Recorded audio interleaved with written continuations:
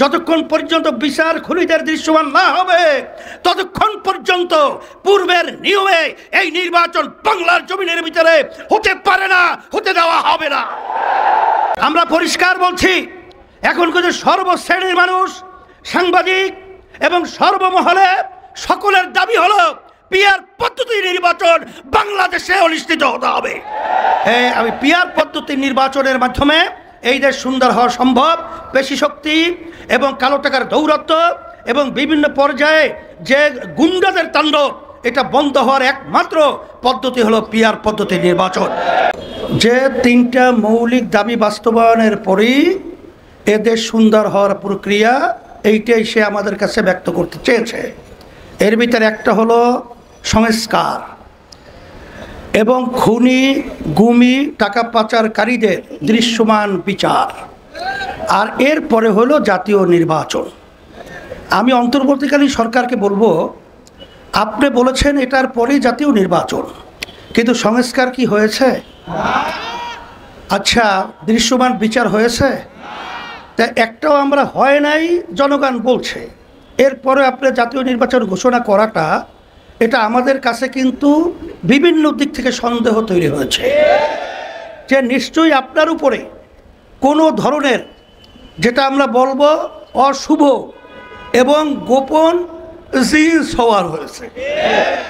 সেই জিনের নাম আমরা বলতে চাই না, কিন্তু আপনি অন্তর্বর্তীকালীন সরকার সম্মানিত প্রধান ডক্টর ইউনূস সাহেব, আপনি জেনে রাখেন যে বাংলাদেশ যখন নাকি একটা অশান্তির আগুন সর্বত্র ধাউ ধাউ করে জ্বলছিল, তখন কিন্তু ছাত্র জনতা তখন তারা রাস্তায় নেমে এসেছিল এই অন্যায়, এই বৈষম্য এবং এই খুন খারাপি থেকে দেশকে মুক্তি করার জন্যে। যদি কোনো অশুভ চক্র এবং কোনো জিন সওয়ার হয়ে আপনাকে চাপ প্রয়োগের মাধ্যমে এই ধরনের ঘোষণা দেওয়া থাকে, আমরা পরিষ্কার বলছি যে আমরা কিন্তু বাংলাদেশের মানুষ, আমরা ছাত্র জনতা, আমরা কিন্তু রাজপথ ছাড়ি নাই। আমরা কিন্তু রাজপথে আছি যতক্ষণ পর্যন্ত আমাদের এই দেশ সুন্দর না হবে, আমাদের কাঙ্ক্ষিত সংস্কার বাস্তবায়ন না হবে, যতক্ষণ পর্যন্ত বিচার খুনিদের দৃশ্যমান না হবে ততক্ষণ পর্যন্ত পূর্বের নিয়মে এই নির্বাচন বাংলার জমিনের ভিতরে হতে পারে না, হতে দেওয়া হবে না। সাথে সাথে আপনারা জানেন যে বাংলাদেশে 53 বছর যেই পদ্ধতিতে নির্বাচন হয়েছে, এই নির্বাচন পদ্ধতি সংস্কার হইল প্রধান সংস্কারের মূল লক্ষ্য। সেই সংস্কারটাই হলো 91 দেশের মতো, যেখানে পিআর পদ্ধতি নির্বাচনের মাধ্যমে সেই দেশ রাজনৈতিক অশান্তি, অরাজকতা, খুন খারাপি অনেকাংশে সুন্দর পরিবেশ তৈরি হয়েছে।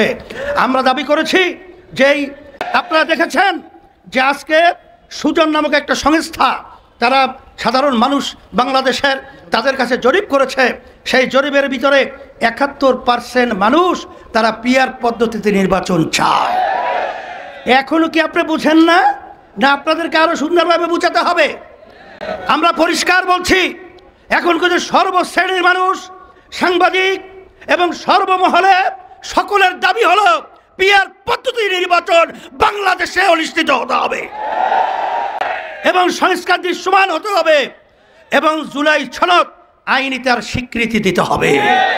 যদি জুলাই সনদ আইনি স্বীকৃতি না হয়, তারা ক্ষমতায় আসবে, 2 বছরে তারা পাশ করিয়ে নেবে। এটা হইলে গ্রাম্য কথা আছে, গুড়ে বালি। এটা কখনোই সম্ভব না, হতেও পারে না। এটা নির্বাচনের আগেই এটা হতে হবে এবং জুলাই সনদ আইনি স্বীকৃতি দিতে হবে। সেই লক্ষ্যে আপনাদের সকলকে উদাত্ত আহ্বান জানাচ্ছি, আসেন এই টেন্ডারবাজি, চাঁদাবাজি এবং এই খুনি এবং এই বাংলাদেশকে অশান্তি যারা করে, এবং এক কথায় বলবো বিদেশের যে আধিপত্য বিস্তার রোধের জন্যে একমাত্র বাংলাদেশে সুন্দর করার পদ্ধতি এবং মানুষ সর্বদিক থেকে সুন্দর পরিবেশ তৈরির জন্যে পিআর পদ্ধতিতে নির্বাচন হতে হবে। এই দাবিটি আজকে আমাদের এই প্রোগ্রাম। এখন আমরা মিছিল করব, জানাবো। এরপরেও যদি এবং আগামী এতেও এইটা বাস্তবায়নের জন্যে আমরা বিভিন্ন কর্মসূচি সময় উপযোগী সেটা আমরা দেব ইনশাআল্লাহ।